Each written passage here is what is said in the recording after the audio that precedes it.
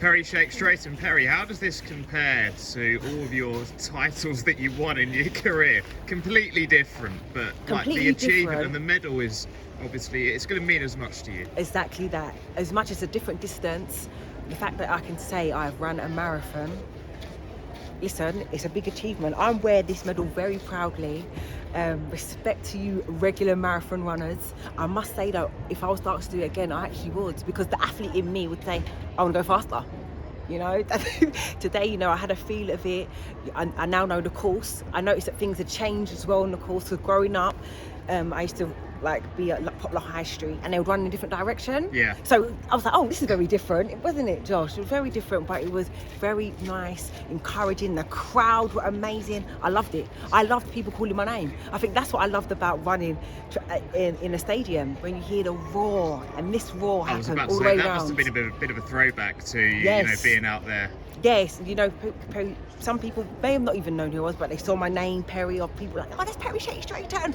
Wow, you know, I made a conscious effort to wave at people, smile, say thank you, and take their snacks, of course. Was there a day that you kind of decided, I'm going to wake up and do a marathon? What was kind of the reason for all of So this? I said, as a competing athlete, that I would always want to run a marathon. And then, obviously, I've had a baby, you know, life has changed for me, but I work out anyway. But I thought, if there's something I can actually work towards and aim for, yeah, I'm going to do it. And I said, why not do the marathon? So I signed up, you know, found the charity, Tommy's, reached out to them, and I was like, yes, we'll be more than happy to have you on. And that's kind of how it went. I was about to say, what does that mean for you, you know, running for Tommy's? Like, how close are they to your heart? So basically, it's not just about me. This is about for anyone who may have lost a baby, had a miscarriage, a stillbirth. I had an ectopic pregnancy, and I'm doing it for those guys. I want to raise awareness, and I believe I've done that. I've raised money, you know. That was what it was about. It's for those guys that they may feel they're alone. You're not alone. You know, can I ask how much money you've raised so far? I believe I've done 1,500. Wow. I'm aiming for 2. So, you know, I'm going to keep pushing, you know, for people to support.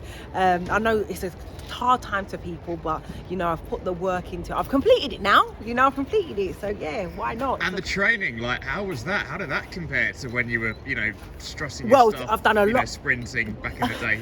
I've done a lot of mileage.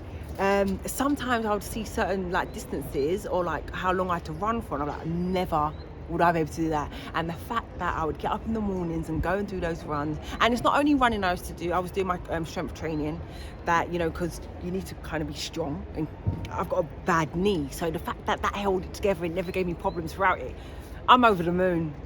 I'm over the moon. And finally, for me, I guess when you see like people like what Paula did back in the day with the British record, you appreciate that now more than anything else, because now you've done it, you know how quick they were going. When I hear the times and see the times that these people have done, they are amazing. Props to them.